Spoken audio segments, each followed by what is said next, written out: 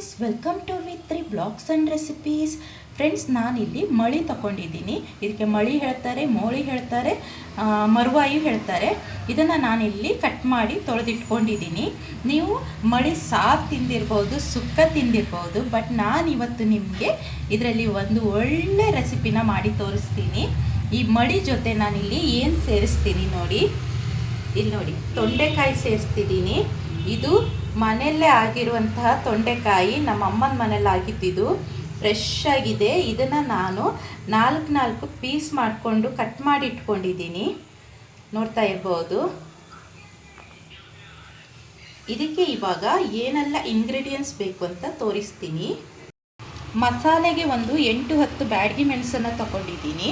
ಹಾಗೆ 1 ಚಮಚ ಆಗುವಷ್ಟು ಕಾಳು ಮೆಣಸು, ಸಣ್ಣ ತುಂಡು ಶುಂಠಿ, ಒಂದು 2-3 ಸ್ಪೂನಷ್ಟು ಕೊತ್ತಂಬರಿ, ಹಾಗೆ ಅರ್ಧ ಈರುಳ್ಳಿ, ಒಂದು 4-5 ಎಸಳು ಬೆಳ್ಳುಳ್ಳಿ, ಹಾಗೆ ಅರ್ಧ ಚಮಚ ಮೆಂತೆ, ಅರ್ಧ ಚಮಚ ಅರಿಶಿಣ. ಇದು ಮಸಾಲೆ ಮಾಡ್ಕೊಳ್ಳಿಕ್ಕೆ.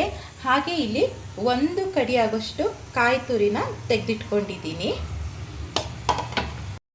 ಇಲ್ಲಿ 1 ಈರುಳ್ಳಿನ ಸಣ್ಣದಾಗಿ ಹೆಚ್ಕೊಂಡಿದ್ದೀನಿ, 1 ಟೊಮೆಟೊನ ಸಣ್ಣದಾಗಿ ಹೆಚ್ಕೊಂಡಿದ್ದೀನಿ. ಇವಾಗ ಫಸ್ಟು ಏನು ಮಾಡೋದಂತ ತೋರಿಸ್ತೀನಿ. ತೊಂಡೆಕಾಯಿನ ಚೆನ್ನಾಗಿ ತೊಳ್ಕೊಳ್ಳೋಣ.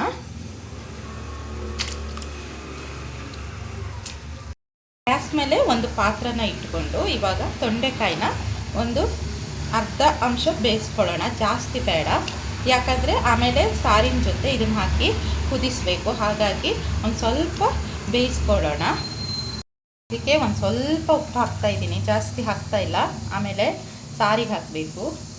ಇವಾಗ ಮಿಕ್ಸಿಗೆ ಈ ಮಸಾಲನೆಲ್ಲ ಹಾಕ್ಕೊಳ್ಳೋಣ, ಗ್ರೈಂಡ್ ಮಾಡಬೇಕು.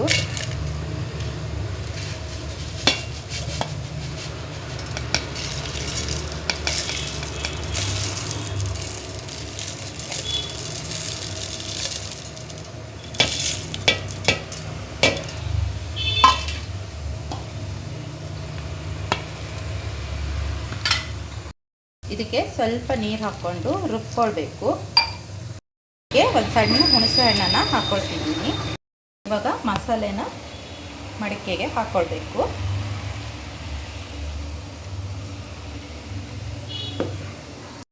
ಇದಕ್ಕೆ ಇವಾಗ ಈರುಳ್ಳಿ ಮತ್ತು ಟೊಮೆಟೊನ ಹಾಕ್ತಾ ಇದ್ದೀನಿ. ಇವಾಗ ಇದಕ್ಕೆ ಮಳಿನ ಹಾಕೊಳ್ಳೋಣ.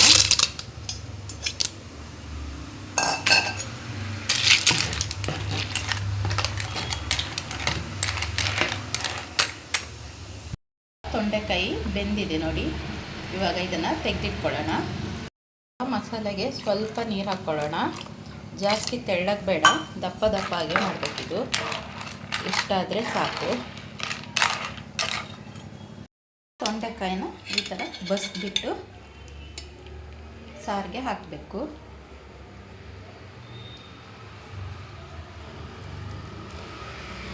ತುಂಬ ಟೇಸ್ಟ್ ಆಗುತ್ತೆ. ಒಮ್ಮೆ ಟ್ರೈ ಮಾಡಿ, ನಮ್ಮಮ್ಮ ಹೇಳ್ಕೊಟ್ಟಿದ್ದು. ಸಖತ್ ಟೇಸ್ಟ್ ಆಗುತ್ತೆ.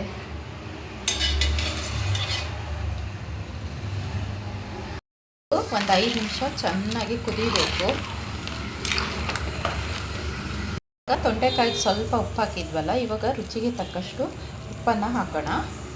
ನೋಡಿ ಫ್ರೆಂಡ್ಸ್, ಚೆನ್ನಾಗಿ ಕುದೀತಾ ಇದೆ ನೋಡಿ. ಫ್ರೆಂಡ್ಸ್ ನೋಡಿ ಎಷ್ಟು ಸಖತ್ತಾಗುತ್ತಂದರೆ, ನೀವು ಒಮ್ಮೆ ಟ್ರೈ ಮಾಡಿ, ನೀವೇ ಹೇಳ್ತೀರ ತುಂಬ ಸೂಪರ್ ಆಗಿದೆ ಅಂತೇಳಿ.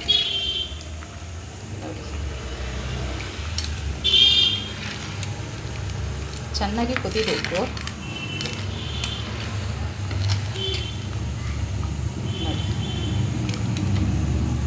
ಸಾರು ಇವಾಗ ಚೆನ್ನಾಗಿ ಕುದ್ದಿದೆ. ಇವಾಗ ಗ್ಯಾಸ್ ಆಫ್ ಮಾಡೋಣ. ತುಂಬ ಟೇಸ್ಟ್ ಆಗುತ್ತೆ. ಹೀಗೆ ಒಮ್ಮೆ ಟ್ರೈ ಮಾಡಿ ಫ್ರೆಂಡ್ಸ್. ಹೀಗೆ ನಾನು ಹಾಕುವ ವೀಡಿಯೋಸ್ನ ನೋಡ್ತಾ ಇರಿ. ಲೈಕ್ ಮಾಡಿ, ಶೇರ್ ಮಾಡಿ, ಸಬ್ಸ್ಕ್ರೈಬ್ ಮಾಡಿ. Thank you so much. Thank you for watching.